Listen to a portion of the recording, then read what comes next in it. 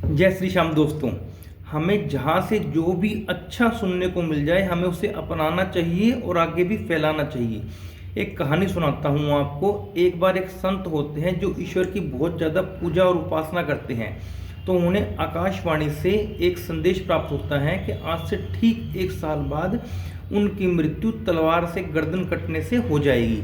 तो वो बहुत ही खुश होते हैं कि मुझे 1 साल पहले ही पता चल गया अपनी मृत्यु के बारे में, तो मैं अब भगवान का नाम जाप करूँगा और सिर्फ भगवान का ही नाम लूँगा।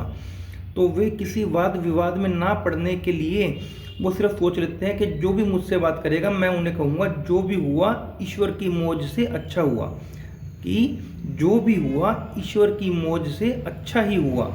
तो कोई भी उनसे आता है जी सूखा पड़ गया, वो कहते जो भी हुआ अच्छा हुआ।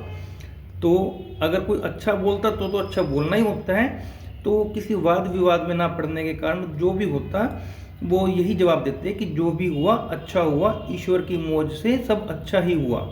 तो एक बार उनका एक अनुयायी होता है, वो उन्हें आकर बताता है कि ऐसे ऐसे करके उनके बेटे की मृत्यु हो गई। तो वो कहते हैं जो भी हुआ अच्छा ही हुआ, ईश्वर की मौज से सब अच्छा ही हुआ। उस अनुयायी को आता है गुस्सा और वो प्लानिंग बनाता है संत महात्मा जी को मारने के लिए।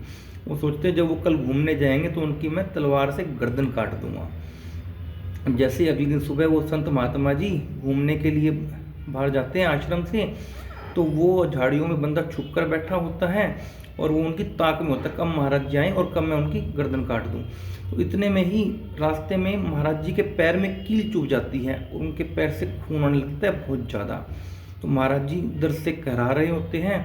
वो आदमी तो अच्छा होता है, उसे गुस्सा आ रहा होता है बस, लेकिन वो आदमी तो अच्छा होता है। वो महाराज जी के पास तुरंत जाता है कि महाराज जी आपकी ये कैसे हुआ, क्या लगी, कैसे हुआ। तो महाराज जी कहते जो भी हुआ ईश्वर की मौज से अच्छा ही हुआ।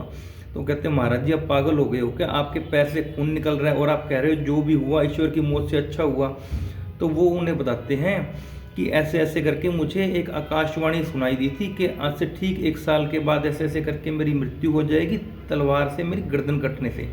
वो आदमी हो जाता है हैरान और वो उन्हें बताता है कि महाराज जी मैं ही यहाँ पर बैठा था ताक में कि आपने मेरे बेटे के बारे में ऐसा ऐसा बोला, तो मुझे था कि मैं ही तलवार से आपकी गर्दन काट दूँ। तो महाराज जी ने बोला वो तुम नहीं थे, तुम्हारे रूप में काल रूपी था जो कि मेरे अच्छे कर्मों के कारण और जो मेरे नाम जाप के कारण टल गया मेरा काल। तो वो आदमी को बहुत पछतावा होता है और वो महाराज जी को प्रणाम कर कर वहाँ से उनकी आज्ञा लेकर चला जाता है। तो दोस्तों हमें भी व्यर्थ की चिंताओं में ना पड़कर नाम जाप करना चाहिए और भगवान का नाम लेना चाहिए। उसी से ही हमारा जीवन में हम सदगति को प्राप्त होंगे।